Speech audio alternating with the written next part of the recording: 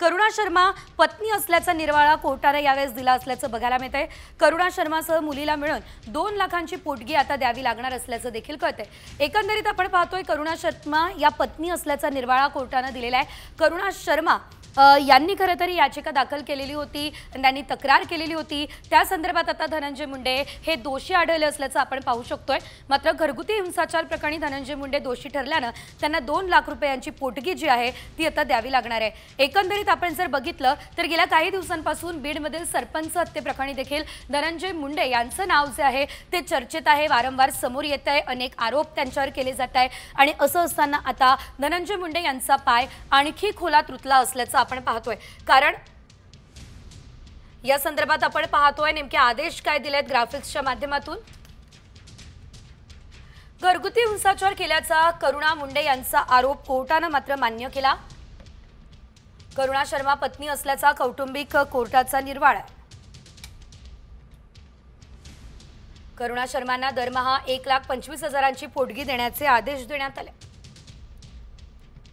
तर मुलगी शिवानीला दरमहा 25,000 रुपयांची पोटगी द्यावी असे आदेश सुद्धा कोर्टाने दिलेले आहेत।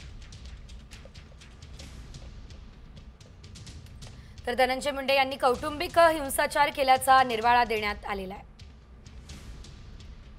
तर या संदर्भात अंजली दमानिया यांनी देखील आपली प्रतिक्रिया दिली। त्यांनी नेमकं काय ट्विट केलं बघूयात।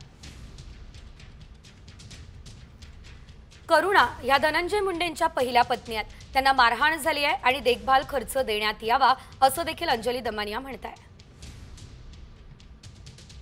आणि कुठल्याही प्रकारची दुखापत करण्यात येऊ नये असे निर्देश आणि 1,25,000 मासिक खर्च देण्यात यावा असे निर्देश कोर्टाने दिले असल्याचं बघायला मिळतंय। हे ट्विट जे आहे ते अंजली दमानिया यांनी केलेलं आहे। याआधी सुद्धा अंजली दमानिया यांनी अनेक गंभीर आरोप धनंजय मुंडे यांच्यावर केले। मात्र आता या प्रकरणात सुद्धा धनंजय मुंडे हे दोषी आढळले, त्यामुळे दमानिया यांचं हे ट्विट अतिशय महत्त्वाचं आणि बोलकं आहे।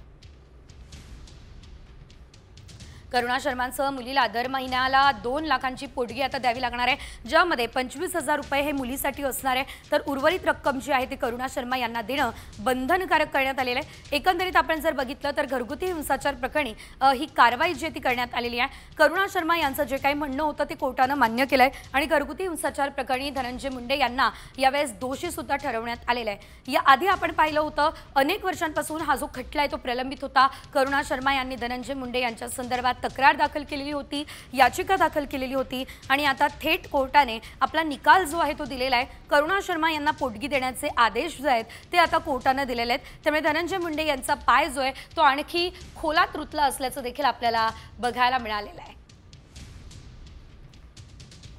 त्यामुळे धनंजय मुंडे यांच्या अडचणी आता आणखी वाढल्या असल्याचं आपण म्हणू शकतो, कारण गेल्या अनेक दिवसांपासून धनंजय मुंडे यांना राजीनामा द्यावा लागणार अशी चर्चा रंगलेली होती आणि असं असतानाच आता धनंजय मुंडे हे घरगुती हिंसाचारामध्ये सुद्धा यावेळेस दोषी आढळलेले आहेत।